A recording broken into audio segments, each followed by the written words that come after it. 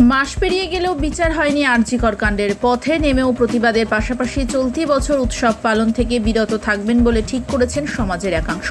এক নারীর বিচার যেখানে অধরা, সেখানে জাঁকজমকভাবে দুর্গাপুজো কতটা যুক্তিসঙ্গত তা নিয়ে নানা মুনির নানা মত।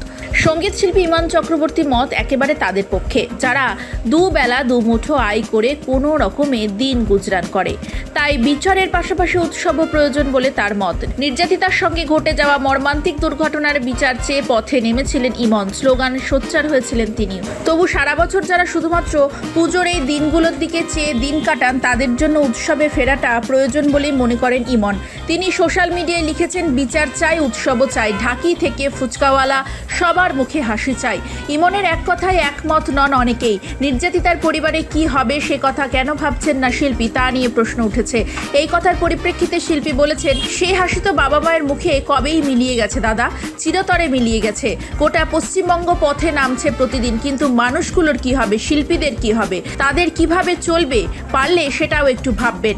তবে অনেকেই এবার ইমনের কথার সঙ্গে একমত। তাদের কথায় মানুষের পেটে লাথি না মেরে যতটা সম্ভব সমস্যার সমাধান করতে হবে। শিল্পীর মতে গোটা বছর মানুষ এই 4টে দিনের জন্য অপেক্ষা করে থাকে।